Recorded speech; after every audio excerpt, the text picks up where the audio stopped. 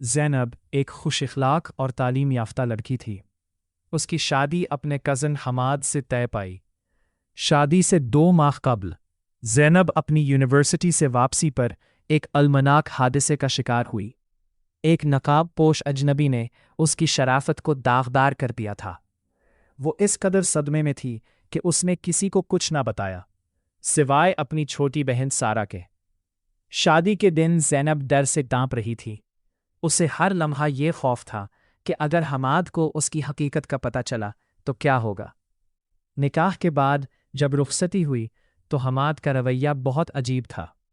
وہ بہت نرم مزاج تھا، لیکن شادی کی پہلی رات اس نے زینب کے قریب آنے کے بجائے اسے آرام کرنے کا کہہ کر خود الگ سو گیا۔ زینب کو لگا شاید وہ اس سے بدظن ہے یا اسے کچھ پتہ چل گیا ہے۔ کچھ ماہ گزرنے کے بعد زینب کی طبیعت خراب رہنے لگی۔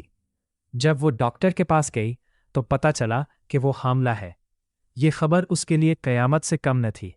حماد کے ساتھ اس کا رشتہ ابھی تک صرف نام کا تھا اور وہ خود کو بے قصور ثابت کرنے کی پوزیشن میں نہیں تھی۔ وہ سوچتی تھی کہ اب حماد اسے گھر سے نکال دے گا اور معاشرے میں اس کی تذلیل ہوگی۔ وقت گزرتا گیا۔ حماد نے زینب کی بیماری اور اس کے حمل کو جانتے ہوئے بھی اس کے ساتھ انتہائی مہربانی کا سلوک کیا۔ وہ اسے ہر وہ سہولت دیتا جس کی اسے ضرورت تھی۔ جب بچہ پیدا ہوا تو حماد نے اسے اپنے نام سے پکارا اور اسے اپنی سگی اولاد سے بڑھ کر محبت دی۔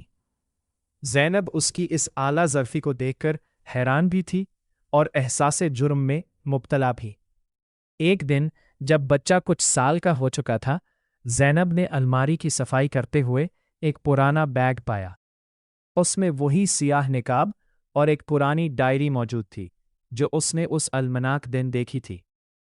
اسے پتہ چلا کہ جس شخص نے اس کے ساتھ وہ گھناؤنا عمل کیا تھا وہ کوئی اور نہیں بلکہ خود حماد تھا۔ حماد کا مقصد صرف یہ جانچنا تھا کہ زینب کتنی وفادار ہے اور کیا وہ شادی کے بعد سچ بولتی ہے یا نہیں۔ اس میں اسے ٹیسٹ کرنے کے لیے اپنی ہی ہونے والی بیوی کی زندگی تباہ کر دی تھی۔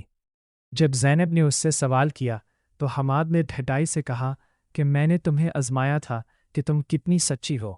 زینب کا دل حماد کی اس مطروح حقیقت کو جان کر مر چکا تھا۔ اس نے دیکھا کہ اس کا شوہر کوئی عظیم انسان نہیں بلکہ ایک نفسیاتی مریض تھا۔ اب وہ دوراہے پر کھڑی تھی، کو چھوڑ نہیں سکتی تھی، کیونکہ اس کے بچے کا مستقبل اور معاشرتی دباؤ اس کے راستے کی رکاوٹ تھے۔